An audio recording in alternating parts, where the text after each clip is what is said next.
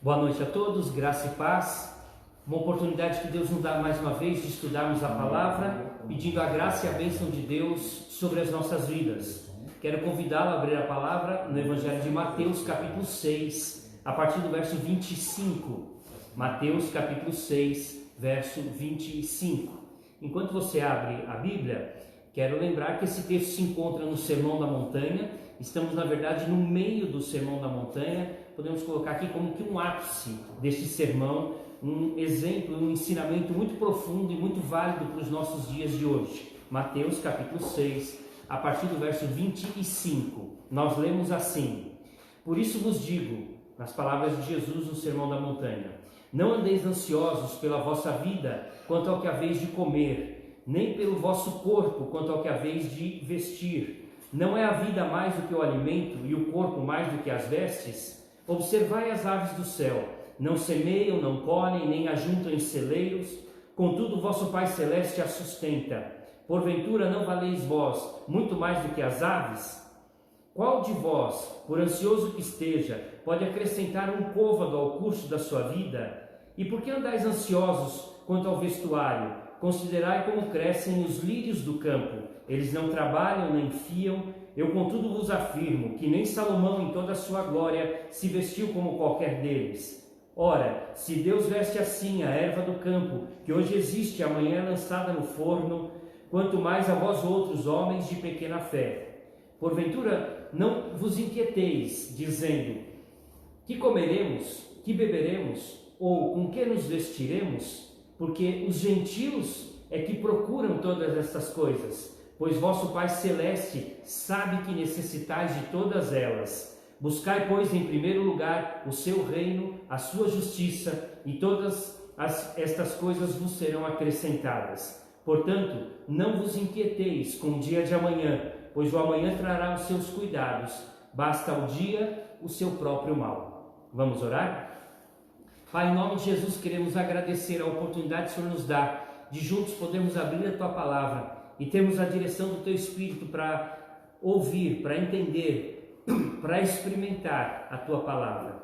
Fala aos nossos corações, principalmente com relação a um assunto tão importante, tão necessário para os nossos dias, para a época que temos vivido, que é a ansiedade. Nos ensina, ó Pai, a viver na dependência do Senhor. É a nossa oração em nome de Jesus. Amém. Você já ouviu falar de alguém que morreu de ansiedade? É uma palavra tão comum, né? Nós falamos: eu estou morrendo de ansiedade para tal dia chegar. Eu estou morrendo de ansiedade para chegar às minhas férias. Eu estou morrendo de ansiedade para que o meu casamento chegue. São muitas razões que a gente pode levantar aqui da ansiedade, mas é uma expressão. Mas será que literalmente a gente já ouviu falar de alguém que tenha morrido de ansiedade? Acredito que é bem estranho, muito difícil. Vamos definir ansiedade antes de qualquer coisa e de entrarmos no texto e tirarmos as lições. Eu gosto da palavra preocupação para definir ansiedade. É uma das melhores palavras que a gente pode trazer e traduzir. A preocupação, o afã, o desespero em busca de determinadas coisas.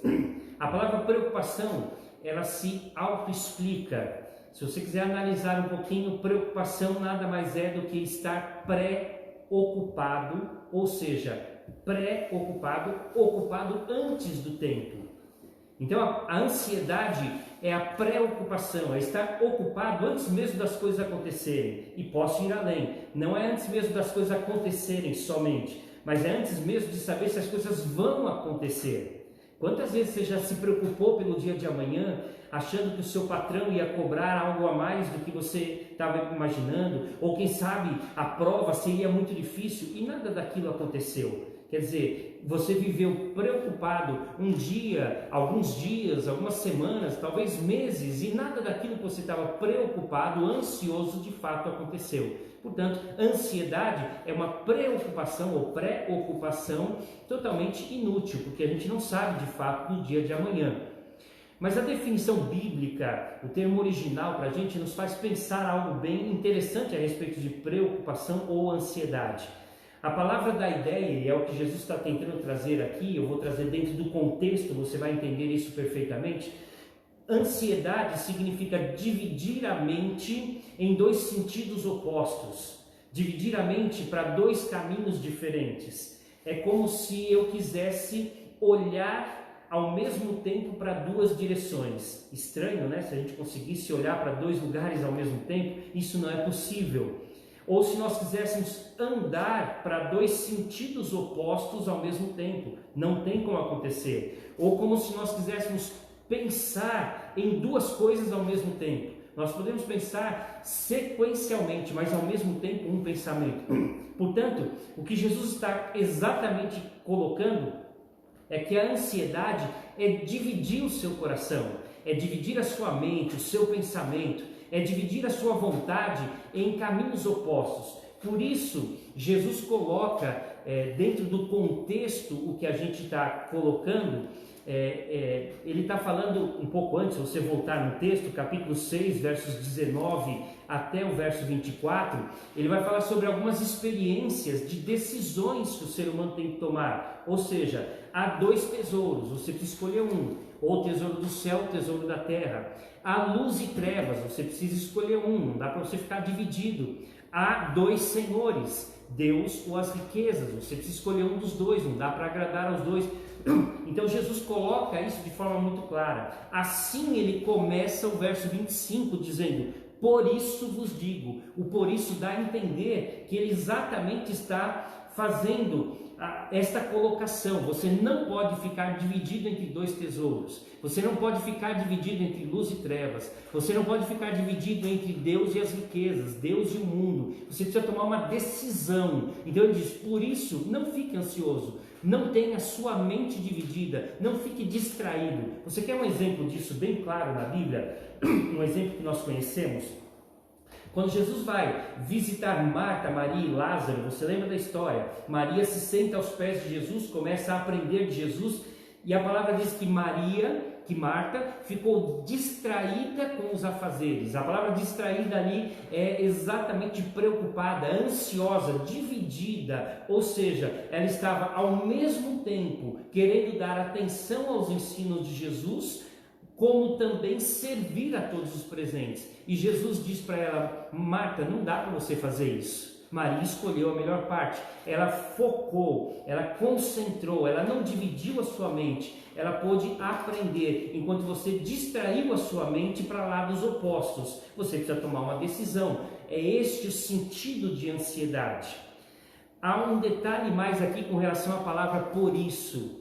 Quando Jesus começa com por isso vos digo, ele tem todo esse contexto que eu acabei de apresentar, mas ele traz um detalhe mais, ou seja, antes de você tomar a decisão entre estar ansioso ou confiar em Deus, como vamos apresentar no texto, ele conclama a gente a pensar. A ideia do por isso vos digo, ele está procurando trazer um ensinamento para que a gente raciocine antes de tomar uma ação, uma decisão. Portanto, para Jesus, no primeiro momento, é mais importante você refletir sobre as suas decisões do que propriamente dito tomar a sua decisão, porque é evidente que quando eu penso e reflito sobre algo, e ele vai apresentar da ansiedade, eu com certeza vou agir de maneira mais prudente e sábia. Portanto, Jesus nos conclama primeiro a refletir sobre todo o assunto que ele vai tratar. Mas ainda nessa introdução eu preciso explicar uma coisa para que não haja nenhuma dúvida para a gente no transcorrer do nosso estudo. Jesus não está sendo contra uma pessoa precavida ou previdente. Jesus não é contra você se prevenir diante de situações. Então, por exemplo, então eu não posso ir ao mercado fazer a compra do mês, porque eu não sei nem se eu vou estar vivo amanhã, então eu tenho que ir no mercado todo dia fazer compra. Não, Jesus não está dizendo isso, não está dizendo que você não pode fazer a compra do mês do mercado, não é isso. Jesus não está dizendo que você não pode fazer um plano de previdência privada pensando no seu futuro, não é isso.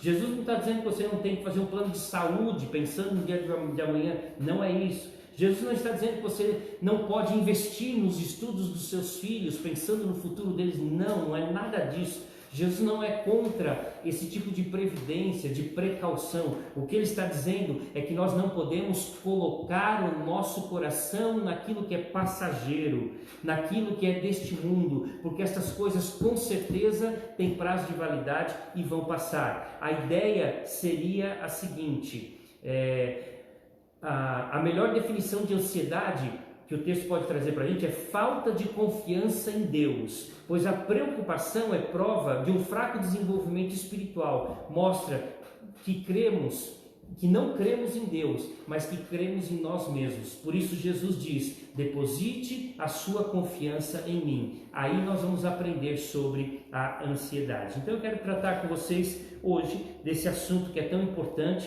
Colocam aí os estudiosos, os psicólogos, que a ansiedade é o mal do século. Na verdade, eu acredito que é o mal dos séculos, porque foi do século passado e nós mudamos o século e continua sendo um dos males, um dos grandes males que nós experimentamos hoje. Então, a ansiedade, de fato, é uma preocupação, redundância, com relação à vida, com relação a todas as coisas. Então, eu quero colocar aqui para você, conforme o texto coloca, eu vou apresentando na medida que Jesus vai apresentando o texto, 7 argumentos de Jesus contra a ansiedade. Ele vai mostrar no texto de que maneira nós podemos combater a ansiedade ou não viver ansioso. Então, o primeiro argumento que Jesus coloca é que Deus nos deu a vida. O verso 25 fala isso. Por isso vos digo, não andeis ansiosos pela vossa vida, quanto ao que haveis de comer ou beber, nem pelo vosso corpo, quanto ao que haveis de vestir. Não é a vida mais do que o alimento e o corpo mais do que as vestes?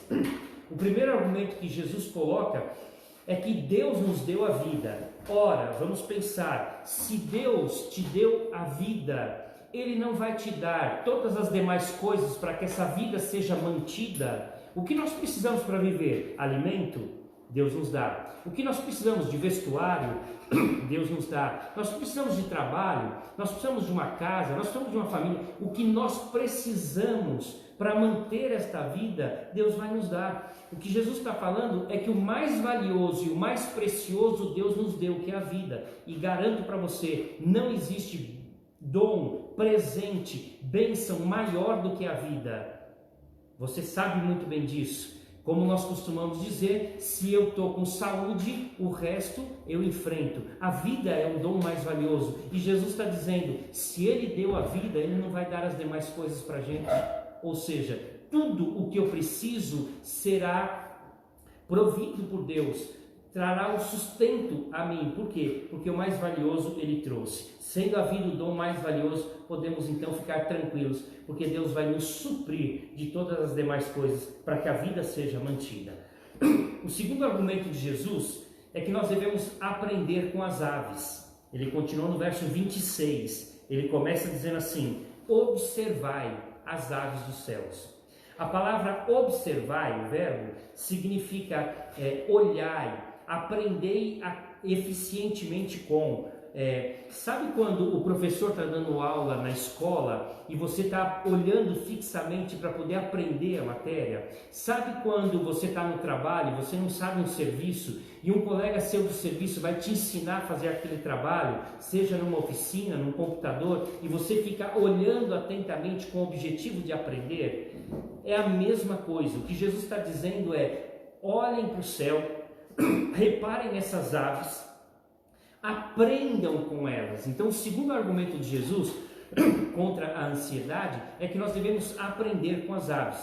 Nota bem, ele diz assim, olha que interessante: as aves não colhem, não ajuntam em celeiros, contudo vosso Pai Celeste as sustenta.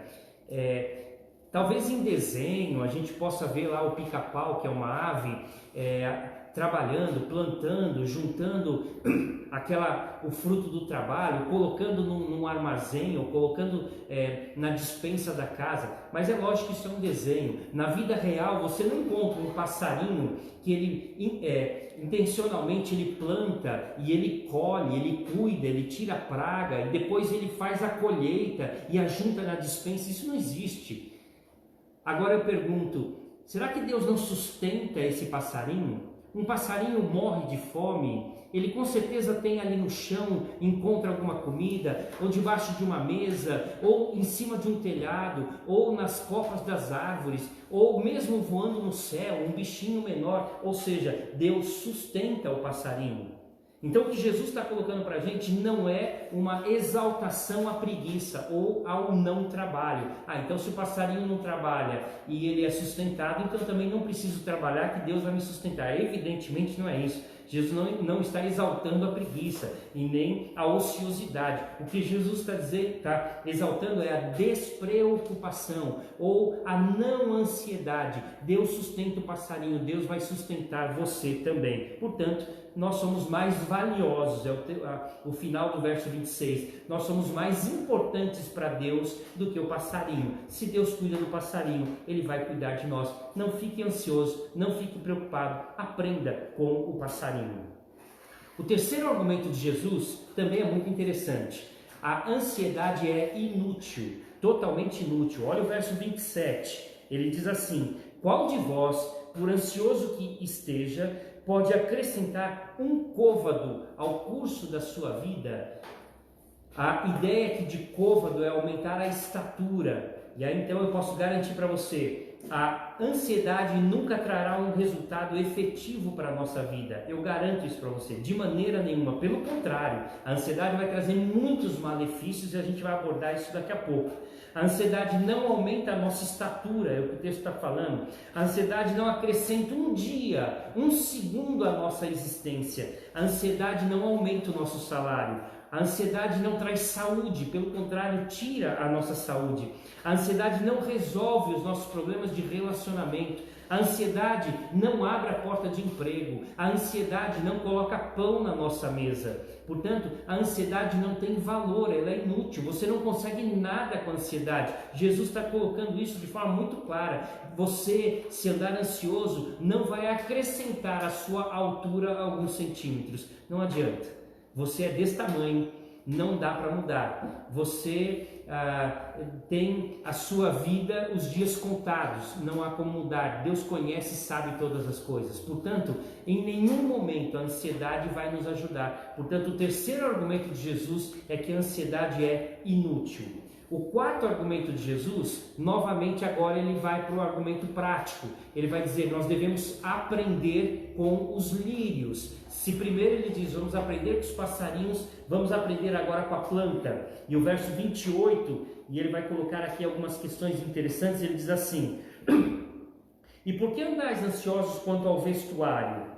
Considerai como crescem os lírios do campo, eles não trabalham nem fiam, eu contudo vos afirmo que nem Salomão, em toda a sua glória, se vestiu como qualquer deles. Nota que ele começa novamente com a palavra considerai, que é a mesma que observai, ou seja, aprendam eficientemente com os lírios, com as plantas agora. Bom, o que são, o que representavam esses lírios? Esses lírios ali no campo eram flores que duravam apenas um dia, tinham um dia de existência, por causa da sua raiz curta. Elas eram muito boas, usadas muito para isso, para aquecer o fogo, a fornalha, ou para melhorar o aquecimento da família, ou mesmo para fazer pão. Então eles jogavam aquelas plantas já secas ali na fornalha e aqueciam o pão. Ora, se Deus veste a planta que não fia, que não tece,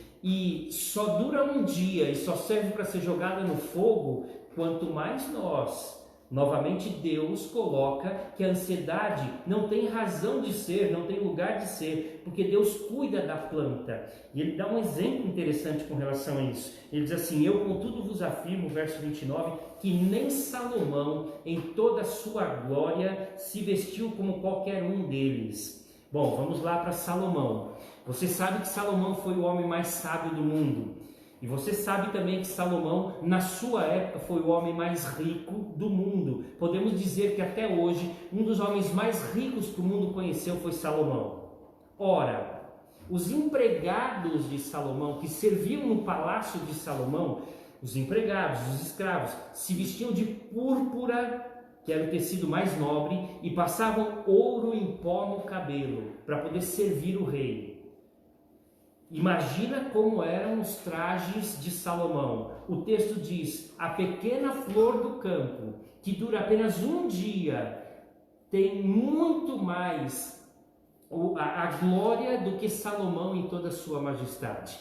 Ela se veste bem e melhor do que Salomão em toda a sua glória. E aí então Jesus vem com o argumento: se Deus cuida da planta, que dura um dia e logo vai ser jogada no fogo, não vai cuidar muito mais de nós? Novamente o apelo para que a gente aprenda com a natureza. O quinto argumento de Jesus, verso 32, é que a ansiedade é característica dos incrédulos, dos pagãos, dos gentios. Olha como diz o verso 30, eu pego 31 e 32.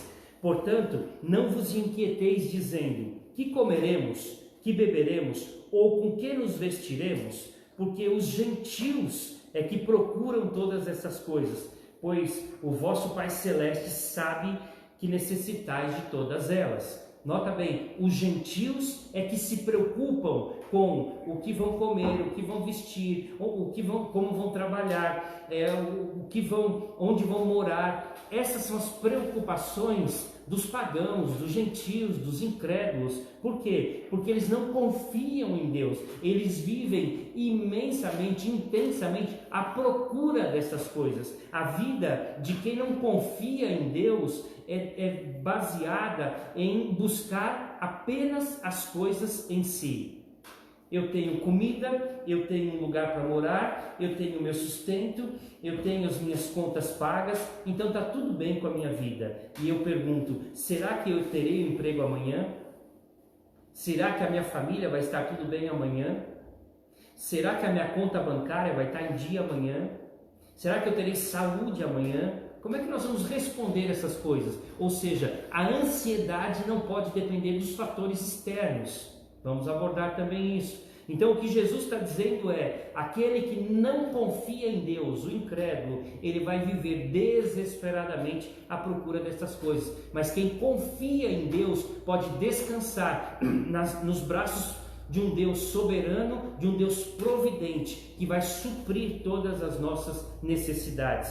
Deus conhece o que precisamos. O final do verso 32 diz: Deus sabe quais são as nossas necessidades. Ele vai atender, Ele vai suprir. Nota bem, Ele não diz que vai realizar os nossos desejos, como um gênio da lâmpada que você esfrega e ele sai e fala: pronto, eu quero realizar seus desejos. Não, o texto diz que Ele vai satisfazer ou suprir as nossas necessidades. Ele sabe quais são. O que você precisa para viver? Fica tranquilo, Deus vai te dar. Ah, mas eu estou desempregado há tanto tempo. Fica tranquilo, Deus vai cuidar de você. Ah, mas eu preciso melhorar na saúde. Deus vai cuidar de você, eu tenho certeza. Ora para Deus, confia no Senhor, Deus vai suprir e cuidar. Portanto, nós não devemos viver ansiosos, preocupados com estas coisas, porque Deus sabe das nossas necessidades e vai atender. Creia num Deus providente, creia num Deus soberano, num Deus que cuida de nós. Senão, você vai ter que viver desesperadamente à procura dessas coisas,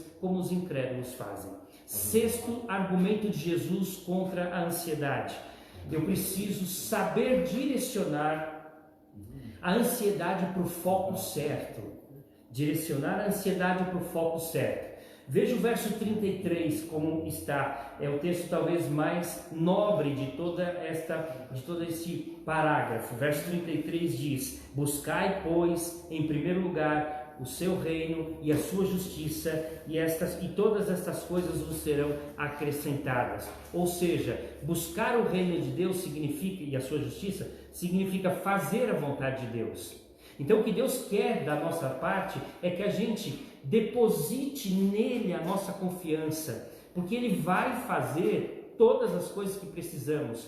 O que eu preciso é fazer o que Deus quer que eu faça para a minha vida. Ou seja, eu tenho que colocar o foco da minha ansiedade no reino de Deus e nas coisas de Deus. Se eu quiser de uma forma bem tranquila pensar isso de outra forma, esse versículo de outra forma, eu posso pensar assim: Deus está dizendo para mim e para você: cuide das minhas coisas, porque das suas cuido eu. Ou seja, busque em primeiro lugar o reino de Deus, porque as suas necessidades eu vou suprir. Você compreende isso? Viva para Deus, dependa de Deus, sirva a Deus e Ele com certeza vai suprir as nossas necessidades. Eu vou dar um exemplo na prática para a gente. Um grande amor pode eliminar da nossa vida qualquer outro interesse ou preocupação. E eu não estou falando num primeiro momento na forma afetiva, o amor de uma pessoa por outra. Também pode ser isso, vou dar um exemplo. Mas vamos pensar, a pessoa que ama o seu trabalho, gosta demais do que faz, sente prazer, alegria. Eu tenho certeza que levantar segunda-feira de manhã para ir trabalhar não é um peso, como para muitos é. Essa pessoa sente muita alegria. Por quê? Porque ela ama o seu trabalho. Quem gosta de estudar, está numa matéria que interessa, sente amor e prazer naquilo. Talvez a pessoa que tenha algumas dores no corpo e começa a ter um relacionamento afetivo e gostar da outra pessoa, esquece totalmente das suas dores. Ou seja, um grande amor por alguma coisa, por alguma pessoa, pode mudar o foco do nosso sofrimento, da nossa ansiedade. É isso exatamente que Jesus está falando. Quando eu amo a Deus acima de todas as coisas, as demais coisas passam a ser supérfluas, porque eu creio que Deus vai suprir e Deus vai sustentar. Esse é o sexto argumento que Jesus dá. O sétimo argumento que Jesus coloca é que eu tenho que aprender a viver um dia de cada vez. Capítulo 6, verso 34, nós lemos: portanto, não vos inquieteis com o dia de amanhã, pois o amanhã trará os seus cuidados, basta ao dia o seu próprio mal. Ou seja, eu preciso aprender a viver um dia de cada vez. Há um ditado judeu que diz o seguinte: não se preocupe com o dia de amanhã, porque você não sabe o que pode te trazer o hoje. Amanhã talvez você não esteja vivo, e então você terá se preocupado pelos males de um mundo que não te pertencerá. Ou seja, por que você está ansioso hoje se você não sabe o que vai acontecer amanhã? Então, viva um dia de cada vez. Jesus está falando que cada dia traz como exigência alguma preocupação, algum mal. Ele usa a palavra até, traz o seu mal, traz a sua dificuldade. Então não adianta eu querer sofrer mais do que este dia.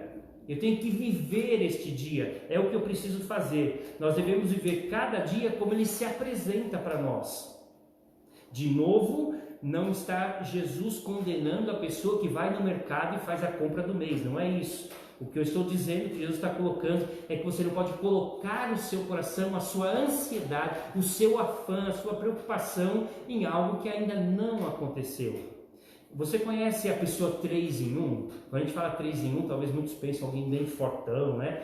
3 em... Não, 3 em 1 é a pessoa que vive preocupado com o dia de ontem, angustiado com o dia de hoje e ansioso com o dia de amanhã. Sabe o que vai acontecer com essa pessoa? Vai morrer cedo. Essa pessoa não vai aguentar, ela vai sofrer as consequências de ficar extremamente despreparado para viver o dia de hoje, porque ele está sofrendo com ontem, angustiado com hoje e preocupado com o que vai acontecer amanhã. Não tem como, ninguém aguenta isso, viver o 3 em 1. Por isso Jesus diz: viva um dia de cada vez, viva um dia de cada vez. Muito bem, colocado esses argumentos de Jesus, eu posso resumi-los dizendo o seguinte: de 4 formas eu posso colocar para que a gente entenda bem esses argumentos. De 4 formas. Primeiro, a ansiedade é prejudicial. A ansiedade é prejudicial. Ninguém pode mudar o passado, já foi, acabou. Nós podemos usá-lo como lição para viver melhor no presente e preparar melhor o futuro, mas mudar o que passou não tem como, a gente sabe disso. Ninguém pode prever o futuro, ainda mais porque o futuro pode não ser exatamente o que nós pensamos. Há uma ideia bem interessante: o futuro real nunca é tão desastroso quanto o futuro dos nossos temores. Ou seja, a gente sempre pensa o pior do que realmente acontece. Então, não adianta você sofrer com antecedência, isso é prejudicial. Angustiar-se, sofrer, preocupar-se anteriormente é inútil. Mas eu quero focar em algo mais, falando sobre a ideia de ser prejudicial à ansiedade. Eu estava fazendo uma pesquisa. Muitas doenças podem ter a sua origem na ansiedade. são dentre as doenças, né, aquelas chamadas psicossomáticas, que realmente são reais, mas são originadas por uma emoção, por um sentimento, né? Então, levantei aqui algumas para a gente, o que a ansiedade pode causar: úlcera estomacal, trombose coronariana, transtorno obsessivo compulsivo, o TOC, o transtorno da ansiedade, o TAG, a síndrome do pânico, o estresse pós-traumático, algumas fobias específicas, como medo de uma crise, como a pandemia que a gente está vivendo, quantas pessoas estão extremamente desesperadas com isso, né? O desemprego, né? Fobia também, desemprego, ou então medo de ladrão, fobia de ladrão, né? Isso também pode ser crise ansiosa, gastrite, colite, hipertensão, taquicardia, cefaleia, alergias, entre tantas outras doenças reais que a ansiedade pode trazer. A ansiedade desgasta a mente, o corpo, a família, afeta a capacidade de julgamento, diminui o poder de decisão e torna a gente mais incapaz de enfrentar a realidade da vida. Portanto, a ansiedade é extremamente prejudicial. A ansiedade não é apenas prejudicial, a ansiedade é cega. Sabe por que a ansiedade é cega? Porque ela não nos deixa aprender com as lições da vida. Jesus está dizendo isso. Aprendam com as aves e aprendam com as plantas. A ansiedade cega o entendimento da pessoa para que ela não aprenda com a natureza. Ela não consegue aprender com o passarinho, ela não consegue aprender com a planta, ela não consegue aprender com a formiga, ela não consegue aprender com a natureza em si. Ela olha a natureza, mas aquilo não traz lição à sua vida, não traz crescimento, não traz maturidade. Mas a ansiedade não cega apenas as lições da natureza, mas cega as lições da história. Salmo 37, verso 25 diz: jamais vi o justo desamparado e nem a sua descendência mendigar o pão. Ora, nós temos visto isso. Os servos de Deus no passado foram sustentados, foram cuidados por Deus. Então nós podemos ter certeza de que Deus vai também suprir as nossas necessidades. Você lembra como Deus sustentou o povo de Israel durante 40 anos no deserto? Caindo pão do céu, saindo água da rocha. Você acha que Deus não vai cuidar da gente como Ele cuidou do povo? Deus supre as nossas necessidades, seja que o pão caia do céu, seja que as aves caiam do céu, seja que a água saia da rocha. Deus vai suprir as nossas necessidades. Nós precisamos crer nisso. Nós não podemos ser cegos com relação à história do passado. Você lembra como Ruth e Noemi foram sustentadas quando faltou pão em Belém? Deus não deixou que elas morressem. Deus as sustentou. Você lembra como Deus sustentou Elias durante 3 anos e 6 meses, enquanto não chovia no deserto? Deus deu farinha para ele, como deu azeite para Eliseu. Deus sustenta os seus servos, Deus sustenta aqueles que são seus. Nós temos que aprender com as lições da história, como Deus sustentou Agar e Ismael quando saíram da presença de Abraão e de Sara. Deus os sustentou, assim como Deus também nos sustenta. Nós temos que aprender com as lições, e a ansiedade cega a nossa compreensão para que a gente não aprenda. A ansiedade é prejudicial, a ansiedade cega, a ansiedade é irreligiosa, ou seja, a ansiedade é falta de confiança em Deus. A melhor definição de ansiedade é falta de confiança em Deus. Nota que a ansiedade ela é experimentada de forma diferente por diferentes pessoas. Por exemplo, uma pessoa pode estar 1 ano desempregada e estar tranquila, porque ela sabe que assim como Deus sustentou enquanto ela trabalhava e sustentou naquele ano que ela está desempregada, Deus vai continuar sustentando. Ela vai batalhar o seu emprego, mas Deus vai cuidar e sustentar. Enquanto outra pessoa, também 1 ano desempregada, pode estar descabelando, pode estar totalmente desesperada. Ou seja, as pessoas enfrentam de maneira diferente. A questão que a gente coloca é a ansiedade. Ela não pode ser gerada por fatores externos. Nós precisamos confiar em Deus. É por isso que no capítulo 6, aqui de Mateus, verso 30, Jesus termina dizendo assim: quanto mais a vós outros, homens de pequena fé. Ou seja, ele coloca, ou você vai viver ansioso, com pouca fé, ou você confia que eu vou cuidar de você e suprir as suas necessidades. Portanto, a ansiedade é irreligiosa. E por fim, a ansiedade é desnecessária. A ansiedade é prejudicial, a ansiedade ela cega o nosso entendimento. A ansiedade é irreligiosa e a ansiedade é desnecessária. Você não vai fazer nada e não vai chegar a lugar nenhum com a ansiedade. Nós precisamos crer que Deus vai suprir as nossas necessidades. Olha a diferença do verso 32 do verso 33. O verso 32 diz que os não cristãos, os que não creem no Senhor, os pagãos, correm em busca do suprimento das suas necessidades. Vive desesperadamente em busca do que comer, do que beber e do que vestir. Agora o 33 diz: aquele que confia em mim, eu darei o suprimento das suas necessidades, porque eu sei do que eles precisam. Ou seja, enquanto aquele que não confia em Deus está vivendo a sua vida em função de suprir as suas necessidades, aquele que ama e teme ao Senhor sabe que Deus supre. Como diz o Salmo 127, até enquanto nós dormimos, Deus supre as nossas necessidades. Mateus 6,8, se você voltar um pouquinho no texto, aí no Sermão da Montanha, Jesus vai trazer assim: não vos assemelheis, pois, a eles, dizendo dos incrédulos, porque Deus, o vosso Pai, sabe o de que tendes necessidade antes que lhe peçais. Deus sabe do que precisamos antes mesmo de pedir. Portanto, cremos que Deus vai suprir as nossas necessidades.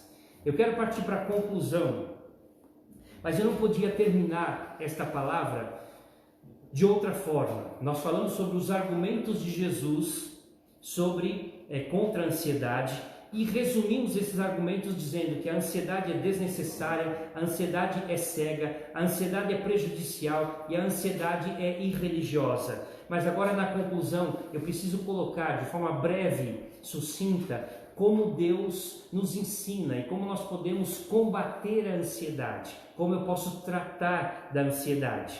Mas é lógico que se fosse tão simples assim, uma resposta com alguns tópicos e você seguindo alguns passos, não existiria ninguém mais ansioso no mundo, basta cumprir essas metas. É evidente que não é algo tão simples assim. Então, brincando com você, eu não sei se eu colocando na conclusão agora esses argumentos, eu vou conseguir satisfazer a sua ansiedade, em tratar da ansiedade. Mas vamos lá, eu quero partir do geral para o específico. Situações comuns, corriqueiras, que a psicologia, a sociologia colocam para a gente de como tratar a ansiedade, para entrar também em alguns argumentos bíblicos. Primeiro, como cuidar, como tratar, como curar a ansiedade. Primeiro, crie uma rotina.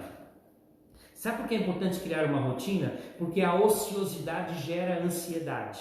Então, se você criar uma rotina, tipo hora de levantar, hora de dormir, hora de comer, hora de estudar, hora de fazer os seus afazeres domésticos, então se você criar uma rotina, isso vai te ajudar a quebrar esta ociosidade e dividir o seu tempo de uma forma organizada. Isso não apenas vai nos ajudar contra a ociosidade, principalmente nessa época de pandemia, que nós estamos todos em casa, né? Então, ou muitos estão em casa, então nós vemos assim, às vezes o tempo precisa ser muito bem dividido. Então crie uma rotina para que você possa cuidar disso direitinho. Mas não apenas contra a ociosidade, mas esta rotina vai nos ajudar a entender o que é mais importante. Então vai colocar uma escala de prioridade. Isso nos ajuda. Então crie uma rotina. É muito importante contra a ansiedade. Segundo, não se cobre demais. Por quê? Porque se eu me cobro, se eu coloco uma escala de atividades, uma lista de atividades para que eu possa fazer no dia e eu não consigo cumprir aquela lista, com certeza eu vou entrar no dia seguinte devendo.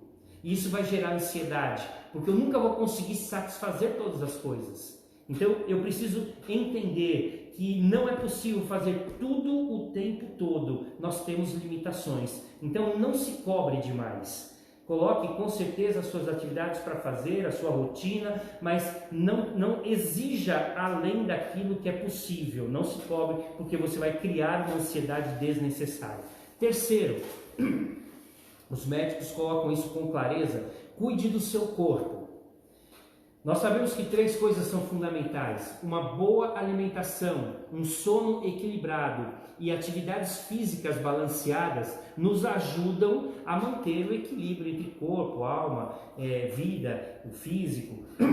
E nós sabemos que isso é realmente muito importante. Então, cuide do corpo. Às vezes exercícios físicos são importantes para distrair a mente, para ocupar com outras coisas, enfim, isso é muito importante. Uma boa alimentação, um sono balanceado, uma comida equilibrada, uma atividade física, né, bem equilibrada. Eu tenho certeza que isso vai ajudar a gente a controlar a ansiedade. Entrando mais nos textos bíblicos, nas ideias, em como vencer, em como curar, como tratar a ansiedade, viva um dia de cada vez. Eu falei sobre isso, mas deixa eu colocar aqui uma frase, uma ideia muito interessante. Você com certeza conhece a frase e muitos são adeptos desta ideia: não deixe para amanhã o que você pode fazer hoje. Não é isso? Por que você vai fazer amanhã se você pode fazer hoje? Antecipa. Isso gera aquela ansiedade, porque muitas vezes eu não consigo nem fazer o que eu tenho que fazer hoje. Como é que eu vou antecipar o de amanhã? Então eu quero colocar uma outra ideia para você. Não queira antecipar para hoje o que é para fazer amanhã. Tem coisas que são de amanhã, não são de hoje.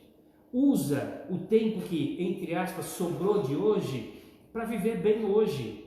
Fazer suas coisas, algo que você gosta, algo que te dê prazer. Então, desfrute da sua vida um dia de cada vez. E eu tenho certeza que Deus vai abençoar na cura, no tratamento dessa ansiedade. Ainda, concentre-se no essencial. O que é essencial? Buscar a Deus e amar a Deus acima de todas as coisas. Enquanto você viver desta forma, as demais coisas vão se encaixar perfeitamente. Quando eu amo a Deus, quando eu busco a Deus em primeiro lugar, as demais coisas elas se encaixam, elas encontram o seu lugar. Por quê? Porque Deus organiza. Possivelmente você já teve essa experiência. Você acordou tarde e você está atrasado para o serviço. E quando você chega no serviço está atrasado, mas você fala assim: não, eu vou primeiro ler um salmo e fazer uma oração. Não, mas eu estou atrasado. Eu garanto para você que o seu dia vai render muito mais. E você vai aproveitar o tempo, vai remir o tempo, você vai com certeza fazer melhor o seu serviço. Portanto, busque em primeiro lugar o reino de Deus e a justiça de Deus. Concentre-se no essencial, ame a Deus acima de tudo. Ainda, outra dica: tenha fé no cuidado de Deus. Ele nunca nos abandonará, nunca nos deixará. O nosso Pai Celeste cuida da gente, nos sustenta. Foi assim até hoje. Nos dias da nossa vida, passamos talvez uma necessidade aqui, outra ali, mas estamos vivos, estamos com saúde. Deus até agora nos deu alimento, nos deu moradia, Deus nos deu saúde, Deus nos deu família, Deus nos deu um teto, Deus nos deu tudo o que precisamos. Não será diferente daqui para frente. Confie, tenha fé. O contrário da fé é a ansiedade. Então confie no Senhor. E por último, mas não menos importante, coloco por último até para colocar um destaque: ore e entregue as suas necessidades a Deus. Ore e entregue as suas necessidades a Deus. Pedro escreve o seguinte, 1 Pedro 5,7: deposite nas mãos de Deus toda a sua ansiedade, porque Ele tem cuidado de você. Ore para Deus, entregue para Deus o que tem tirado o teu sono, o que tem tirado a sua paz, o que tem te preocupado. Entrega para Deus, ore, diga: Senhor, está nas tuas mãos, eu não consigo resolver, mas o Senhor tem poder para fazer isso com toda certeza. Eu quero terminar com 2 frases que são muito interessantes. A primeira, de Tozer, A.W. Tozer, ele diz o seguinte: quando entendo que tudo o que está acontecendo comigo é para me tornar semelhante a Jesus, isso resolve grande parte da minha ansiedade. Ou seja, eu não vou ficar ansioso em meio às preocupações e aos problemas que eu tenho passado, porque eu sei que Deus está no controle e tudo que está acontecendo é para o meu bem, para que eu seja mais parecido com Jesus.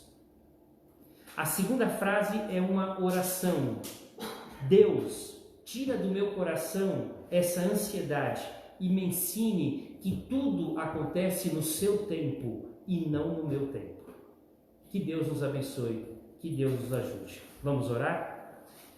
Pai, em nome de Jesus, agradecemos pela palavra do Senhor tão clara para nós, neste sermão tão extraordinário que é o Sermão da Montanha, e nós temos aprendido desta palavra preciosa. Louvado seja o nome do Senhor. Esclareça as nossas mentes e nos dá a oportunidade de confiarmos plenamente no Senhor, de que o Senhor sempre proveu, sempre cuidou e continuará cuidando daqui para frente ainda mais. E não nos permita, Deus, em momento algum, vivemos preocupados, ansiosos, desesperados, à procura do que comer, do que vestir, do trabalho, do alimento, do sustento, que o Senhor provê para nós todas as coisas. Creemos nisso, Pai, em nome de Jesus. Que nós não sejamos como os pagãos, como os incrédulos que vivem desesperados à busca, à procura dessas coisas. A nossa confiança está num Deus que sempre cuidou e cuidará de nós. Pai, eu não sei qual é a necessidade de cada irmão, cada amigo que tem ouvido esta palavra agora, mas eu sei que o Senhor ouve, entende, sabe do coração e da necessidade de todos. Trabalha em cada um de nós, arranca de nós esta vida ansiosa, estas atitudes preocupantes e nos deixe em paz, descansando no Senhor, um Deus soberano e providente. Por favor, Senhor, cuida de nós, é a nossa oração em nome de Jesus. Amém. Deus abençoe sua vida, sua família, a sua semana, você seja ricamente cuidado e protegido pelo Senhor. Lembre-se de participar conosco nas mídias sociais, no Facebook, Igreja Presbiteriana de Utinga. Inscreva-se também no nosso canal no YouTube, Igreja Presbiteriana de Utinga.